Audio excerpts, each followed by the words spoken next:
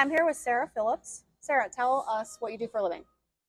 I'm a petroleum engineer. I'm an energy advocate. It's what I was born to do, and I do sales for Gladiator Energy Services.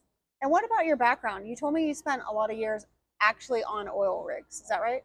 Yes, I was on the workover rigs in North Dakota for 3.5 years. I spent some time fracking, uh, on actually doing the labor work, and I was a safety coordinator for a while. Your message to Americans regarding energy and how it should have a role in the American economy.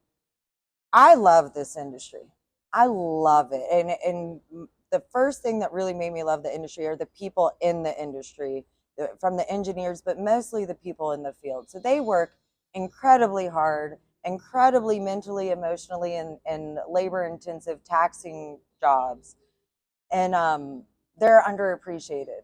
And they should never, ever be scrutinized for the work that they do because hydrocarbons are so important and they're ubiquitous. So they are intimately involved in our modern lives. Well, I think a lot of young people out there might be watching, don't understand. Tell them exactly what a world would be like without hydrocarbons. So, okay, the four pillars of the modern world, and I get a lot of this from Chris Wright, I need to give him credit, are cement, steel, plastics, and fertilizer.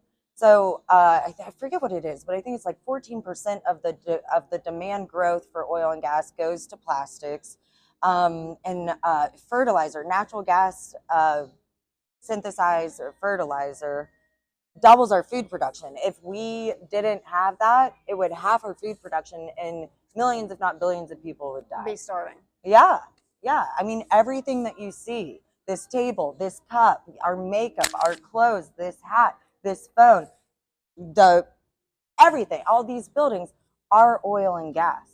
So when somebody says to you, I want to do away with the fossil fuel industry, like what is your response to that?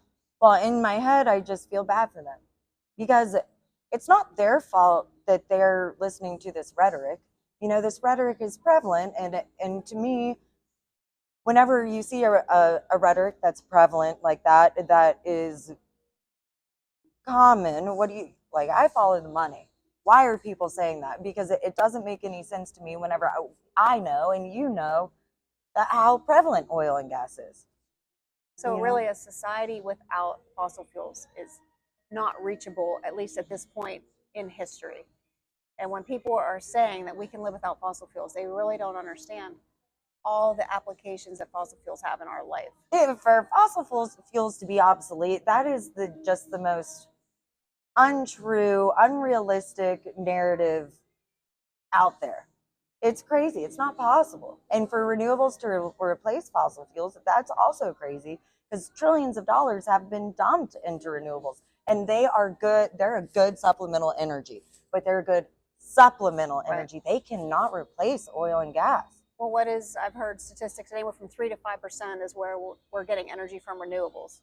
And that's been the case since the 1970s. They've been saying renewables can replace fossil fuels since the 1970s. They said by year 2000, billions of people are going to die. England's going to be underwater. They said by and these are like political advisors to like the president, in the 1970s. I read this in Alex Epstein's book. But they just said all these ridiculous things. Sunlight was going to be halved by 2000. Like natural gas is going to be obsolete or run out by 1993. Like just all these crazy things. But to your point, the 3 to 5%, it's been that way for a long time, and if all this money is being dumped and it's continuing to be 3 to 5%, where's this money going? B, is it possible? It doesn't seem like it to me. And if you think about all of the rare earth metals, we're limited by what we can find. We mostly find it in China and the Congo. So what if someone was asking you, but it's not good for the environment? Oh, see, here's something crazy that a lot of people don't know. So pushing natural gas really does help with the environment.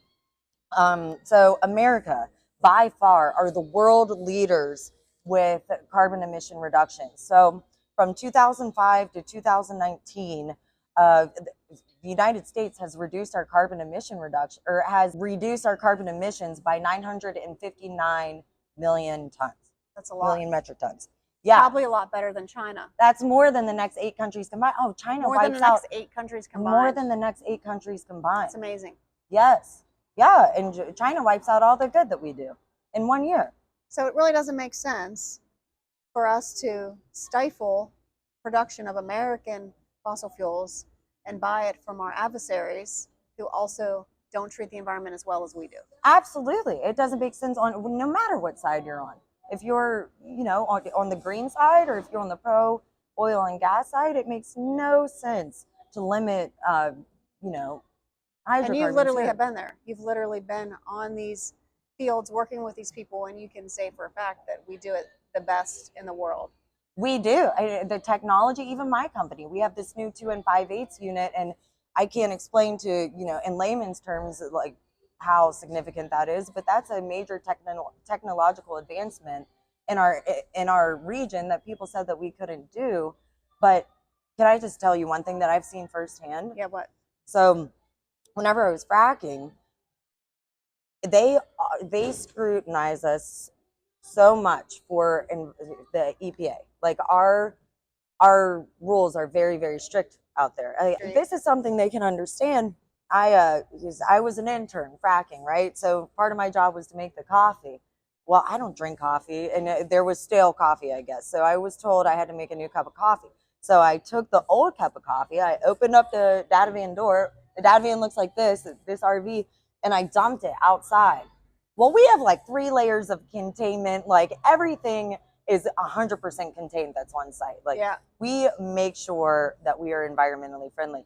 But I got yelled at for dumping a coffee. For dumping the coffee, Yeah. So I've seen it firsthand. So if there's like another message or one like final words of wisdom or that you would want to give to somebody watching just about your industry, like what's the message you want to deliver to them? Can I play a game with you that might take 5 minutes, or do you want me to do like a quick sum up? The game's cool? Yeah. Okay. I like this game. Chris Halverson, buddy of mine, he told me this game when we were doing a podcast. He's the one who told me this, but it really exemplifies the importance of fossil fuels. Okay. So I want you to think of a family that lives a half an hour outside of London in the year 1250. Okay? Okay. How do they get to London? They probably walk or ride a horse. I don't know. Yeah, they walk. And if they're rich, they'll ride a horse. But most likely they'll walk. What's their house made out of? Stone. Stone, right. Okay. What is the fuel source that they use to heat their homes? Probably wood. Wood or dung. Dung. Right? Wood or dung. Wood or dung. We still have side note, we still have third world country people burning wood and dung for heat. Only 2 billion people in this world live the way that we do. Yes. So 3 million people a year die due to the particulate matter that they inhale from the wood and dung, and primarily women and children. So where are the people advocating for the poor in the country that still live on dung and wood, and why don't they deserve to have fossil fuels and have a better quality of life like we do? That's a whole nother conversation. That's why I'm here. That's why you're here. That's what we're trying to do, right? Right. It affects the poor.